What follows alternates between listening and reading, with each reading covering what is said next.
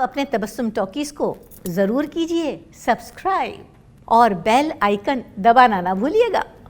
आदाब, नमस्कार, सत श्री अकाल। दोस्तों, मैं हूं होशांग गोविल, आपकी अपनी तबस्सुम जी का बेटा, और आप देख रहे हैं तबस्सुम टॉकीज।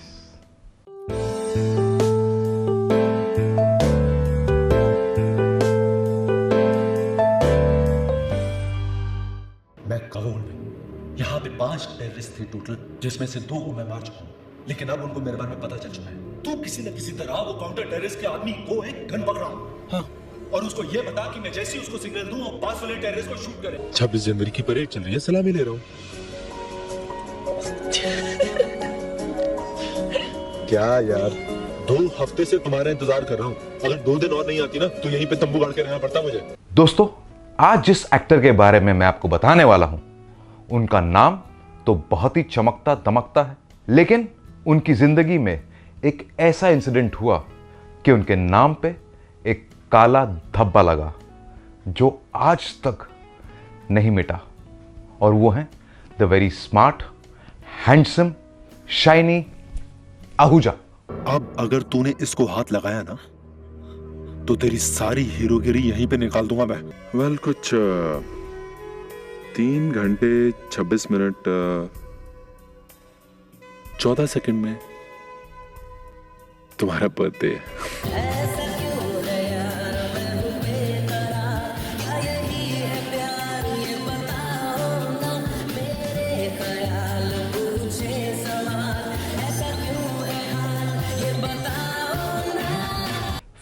मई 1973 में पैदा हुए थे शाइनी दिल्ली में, एक पंजाबी परिवार में। उनके पिता आर्मी में थे और उनका नाम था सूरज आहूजा। शाइनी की मां का नाम है सीमा आहूजा और वो एक हाउसवाइफ है। शाइनी की एक बहन भी है और उसका नाम है श्वेता आहूजा। क्योंकि शाइनी के पिता आर्मी में थे, इसलिए उनकी पोस्टिंग अलग अलग शहरों में होती थी।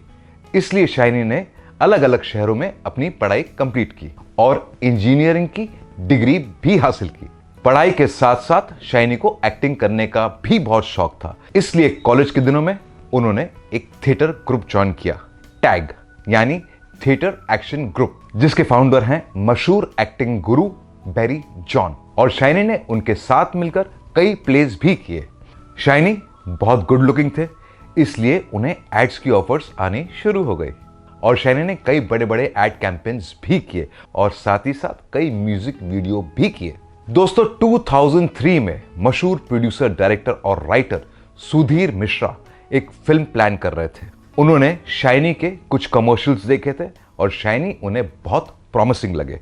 सुधीर मिश्रा ने शाइनी को साइन कर लिया अपनी फिल्म के लिए। फिल्म का नाम था हजारों ख्वाहिशें ऐसी, जो आई थी 2003 में। You know something, Siddharth? You should work on this place, make it into a home for retired people. Small cottages, small farmhouses. You do it, Vikram. I have slightly different ideas about this place. What? That all the peasants will rise up and revolt someday.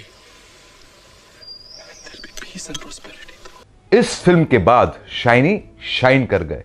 लोगों को उनका काम बहुत पसंद आया और shiny को इस फिल्म के लिए best debutante Filmfare award भी मिला।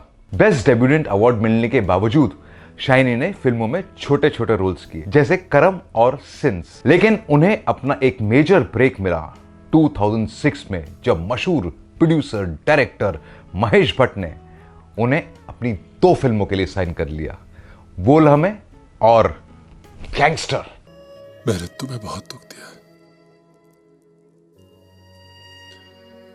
लेकिन अगर तुमने मुझसे कभी भी थोड़ा सा भी प्यार किया हो तो मुझे एक मौका दो। एक चादर है, जब से मिले हो हमको बदला हर एक मंजर है। ये दोनों फिल्में सुपर डुपर हिट हो गई और शाइनी की किस्मत का सितारा चमक रहा था। और शाइनी ने कुछ और फिल्में साइन कर ली, और वो भी बड़े बड़े डायरेक्टर्स के साथ। और वो फिल्में थी जिंदगी rocks, life in a metro और भूल भुलैया। निकल जाओ आप ही, बातों को काबू में रखे जल्दी। ये डॉक्टर है, हम सब जरा ना करें इस बात पे। और अगर ये पागल नहीं है तो इसने चाय में जहर क्यों मिलाया? कुछ है जवाब आपके पास इस बात का? भूल भुलैया सुपर हिट हो गई और शाइनी अपने शोहरत के नशे में चूर हो गए। दोस्तों, किसी भी चीज का नशा अच्छा नहीं होता। इंसान को कब नीचे गिरा दे पता नहीं चलता। शाइनी के साथ भी ऐसा ही हुआ। 2009 में शाइनी हेडलाइंस में आ गए फॉर रॉन्ग रीजंस। 15 जून 2009 में शाइनी को अरेस्ट किया गया।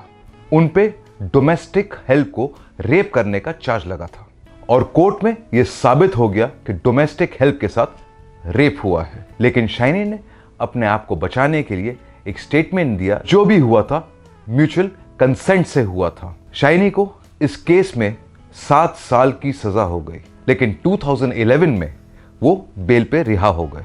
शाइनी की जिंदगी बिल्कुल बदल चुकी थी और साथ ही साथ लोगों का नजरिया भी। जो लोग उनके आगे पीछे होते थे अब वो उनसे दूर रहने लगे, उनसे नजरें फेरने लगे और उन्हें कोई काम नहीं दे रहा था। यहां तक कि उनके मेंटोर महेश भट्ट, जिनकी फिल्मों की वजह से शाइनी को शोहरत मिली थी, उन्होंने भी अपनी नजरें फेर ली। शाइनी अर्श से फर्श पे आ गए। उन्होंने अपनी फीस भी कम कर दी, ये सोच के कि लोग उन्हें काम देंगे, लेकिन अफसोस ऐसा नहीं हुआ। वो प्रोड्यूसर्स और डायरेक्टर्स के ऑफिस के चक्कर काटने लगे, लेकिन उन्हें काम किसी ने नहीं दिया। दोस्तों, जहां एक तरफ मौका परस्त लोग हैं, वहां दूसरी तरफ अच्छे लोग भी हैं। उसी दौरान शाइनी ने 2 फिल्में साइन कर ली, घोस्ट और वेलकम बैक। अरे नहीं लूं तो क्या करूं? अपने बेटे की एक ख्वाहिश नहीं पूरी कर सकते। I hate you. I hate you. I hate you. Shiny कहते हैं, इस पूरे इंसिडेंट में एक इंसान ने मेरा साथ नहीं छोड़ा और वो है मेरी बीवी अनुपम। वो चट्टान की तरह मेरे साथ खड़ी रही। दोस्तों, हम आपको बता दें कि 2010 में इस केस में एक नया मोड़ आया, एक नया ट्विस्ट आया, जब शाइनी की डोमेस्टिक हेल्प ने यू टर्न ले लिया और कोर्ट के सामने कहा कि उसने किसी के दबाव में आके, भड़कावे में आके शाइनी पे ये भयानक इल्जाम लगाया था। लेकिन शाइनी ने तो अपने स्टेटमेंट में कबूल कर लिया था कि जो कुछ भी हुआ है म्यूचुअल कंसेंट से हुआ है। दोस्तों, आज तक इस केस का फैसला नहीं हुआ है। हालांकि शाइनी की बीवी अनुपम का यह कहना है कि शाइनी को फंसाया गया है और शाइनी बेकसूर है। लेकिन इस केस के बाद शाइनी का करियर बिल्कुल खत्म हो गया है। आज शाइनी अपनी बीवी अनुपम और बेटी अर्शिया के साथ मुंबई में रहते हैं और उम्मीद करते हैं कि एक ना एक दिन फिल्म इंडस्ट्री इस इंसिडेंट को भुला देगी और उन्हें दोबारा काम देगी। तो दोस्तों, ऐसी बातें भी मैं आपके साथ शेयर करता रहूंगा। आप देखते रहिए तबस्सुम टॉकीज, करते रहिए लाइक, शेयर और सब्सक्राइब।